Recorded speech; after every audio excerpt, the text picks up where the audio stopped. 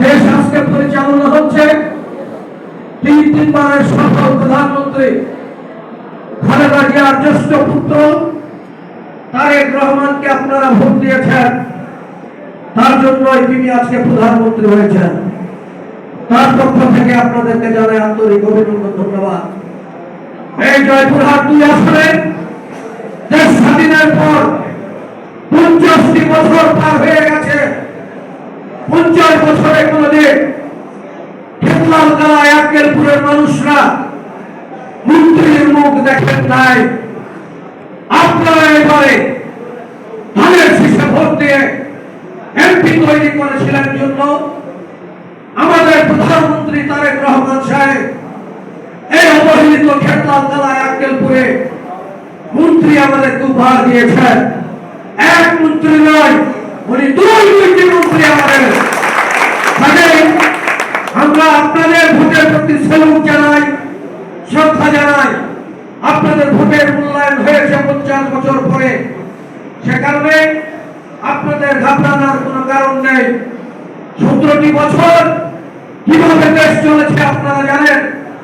Awami fascist আমলে কি অত্যাচারের মধ্যে দিয়ে আমাদেরকে চলতে হয়েছে।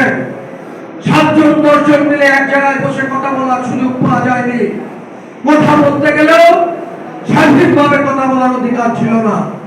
কিন্তু গত 5 আগস্টের পর দেশ নতুন করে স্বাধীন হয়েছে, গণতন্ত্র পুনরুদ্ধার হয়েছে।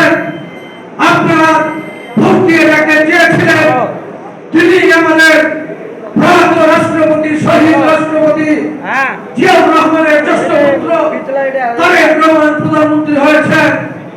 তিনি প্রধানমন্ত্রী যেদিন হলেন কদিনের মধ্যেই দেখা গেল আমাদের দেশে, শুধু নয় আমাদের দেশে নয়, বিশ্বের বৈষয়িক একটি যুদ্ধ বেড়ে গেছে। যুদ্ধ বেড়ে যাওয়ার কারণে আমাদের দেশে তেল আসছে না, সময় মতো আমাদের দেশে অর্থের আসছে না, সময় মতো আমাদের দেশে বিদেশ আসছে না।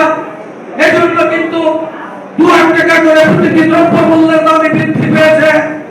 শুধুমাত্র এই সরকারের 70 দিন বয়স, 70 দিনের শিশুর কাছ থেকে আব্বা আম্মা বলে ডাক যেমন আশা করা ঠিক নয়, তেমনি এই 70 দিনের মধ্যেই এই যুদ্ধ বিগ্রহ বিশ্বের মধ্যে আমরা সবকিছু যদি চাই একবারে ভগবান আমাদের সকলকে ধৈর্য ধরে তারেক রহমানকে সহযোগিতা দিতে হবে।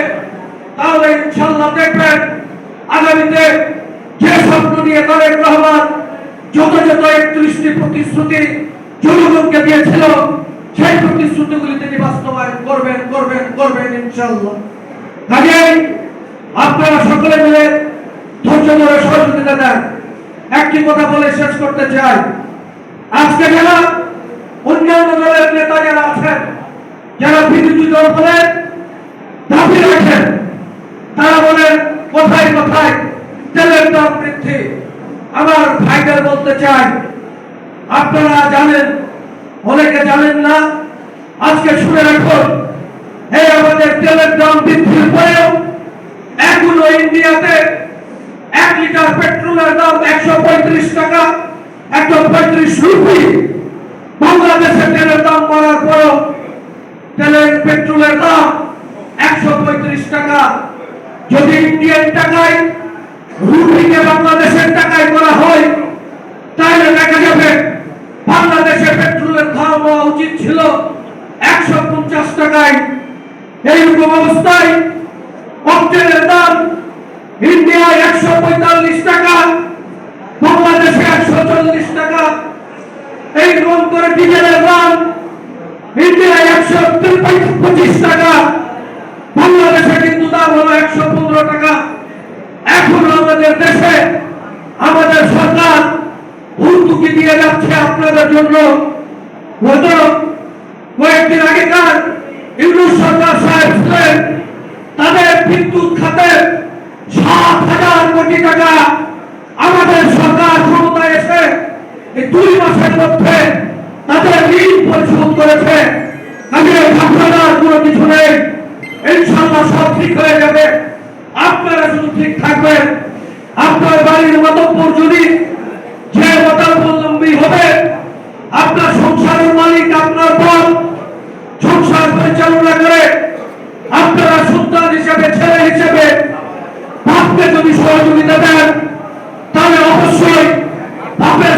চাকরি ভালো হবে। সেজন্য আমরা বলতে চাই আগামী 5 বছর বিএনপি যেহেতু বাংলাদেশের দায়িত্ব নিয়েছে, সেহেতু আগামীতে যে নির্বাচনগুলো আসবে, ইউনিয়ন পরিষদ মেম্বার, চেয়ারম্যান, পৌরসভা মেয়র, কাউন্সিলর, উপজেলা পরিষদ চেয়ারম্যান, জেলা পরিষদের চেয়ারম্যান, এতগুলো ভোট হবে। যে ভোটে আসুক না গেল, আগামী দিনে সকলে মিলে বিএনপির লোককে, দলীয় কৃষক লোককে ভোট দিয়ে জয়যুক্ত করে দলীয় কর্মীদের হাতকে শক্তিশালী করবেন ইনশাআল্লাহ। এইটুকু প্রতিশ্রুতি একটু হাত তুলে দেখতে চাই ভাইয়া আমার। সকলে মিলে আগামীতে দলীয় কৃষক লোককে ভোট দেবো, বিএনপির লোককে মেম্বার বানাবো, বিএনপির লোককে চেয়ারম্যান বানাবো। তাহলে আমাদের শ্রমিক ইউনিয়নের যত সমস্যা আছে সব সমাধান হয়ে যাবে।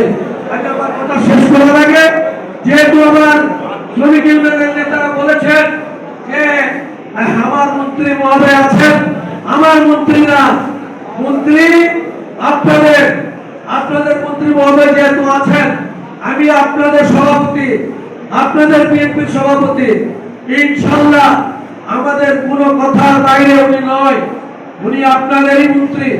কাজেই আজকে উনি 12টায় বুঝবেন জয়পুরহাটে, আমিও 12:30টার মধ্যে হয়তো তার সঙ্গে সাক্ষাতে যাব।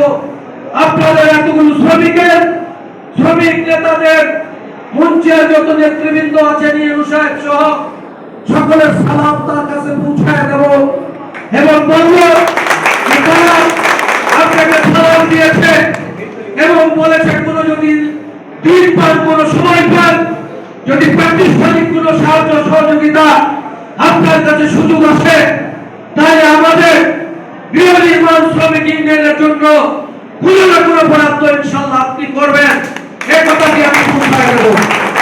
আর একটি নগদ কথা বলতে চাই, সেটি হলো আপনাদের অফিসটা যেহেতু রেলের জায়গায়, সেজন্য সরকারি সাহায্য দেওয়ার অনেক বাধ্যবাধকতা আছে। তা থাকা সত্ত্বেও আমি অল্প দিনের মধ্যে, জুলাই আগস্ট মাসের মধ্যে একটি বরাদ্দ জেলা পরিষদে আমাদের নেতা, জেলা পরিষদের প্রশাসক, বিএনপির সিনিয়র সহসভাপতি আমাদের মাসুদ রানা প্রধানের কাছ থেকে কিছু যদি না পারি আসবাবপত্র কেনার জন্য 1 লক্ষ টাকা নগদে ইনশাআল্লাহ আপনাদের হাতে তুলে দেব। আপনারা সকলে একত্রিত থাকবেন, সঙ্গে থাকবেন। পরিশেষে আমার আজকের প্রধান অতিথি মহোদয়, উনি এসে আমাদের মাঝে উপস্থিত হয়েছেন। আমার ইউনূস স্যারকে অনুরোধ করব, আপনার কাছেও জিআরটিআর এর কিছু থাকতে পারে, কাজে আমাদের ছেলেরা তো খাবে, জিআর এর চাল খাওয়ার জন্য আপনি যদি পারেন দয়া করে আমাদের সামনের যে আমার শ্রমিক ভাইরা আছে, ওরা আজকে চাঁদা ভাঙন করে অনেক কষ্ট করে 1 খাসি কেনার পর আর 2টি খাসি কিনতে পারছিল না, একটু কষ্টে আছে। আপনি যদি পারেন দয়া করে জিআর এর চাল থেকে বা যেখান থেকে পারেন, আপনি পৌরসভার মেয়রের দায়িত্ব পালন করছেন, আপনি দয়া করে এদের জন্য কিছু করে যাবেন। এইটুকু উদারত আহ্বান জানিয়ে আপনাদের সকলের সুস্বাস্থ্য দীর্ঘায়ু কামনা করে, আর অতীতে আপনাদের সঙ্গে ছিলাম, এখন আছি, ভবিষ্যতে ইনশাআল্লাহ আপনাদের সঙ্গে মৃত্যুর আগ পর্যন্ত থাকবো ইনশাআল্লাহ। এই কথা বলে সকলের সুস্বাস্থ্য দীর্ঘায়ু কামনা করে আয়োজককে ধন্যবাদ জানিয়ে আমি আমার কথা শেষ করলাম। বাংলাদেশ জিন্দাবাদ, জাতীয় কমিটি দল জিন্দাবাদ, জিন্দাবাদ, আমাদের এমপি মন্ত্রী মহোদয় জিন্দাবাদ। আমার শ্রমিক ভাইদেরকে ধন্যবাদ, ধন্যবাদ, ধন্যবাদ। আসসালামু আলাইকুম।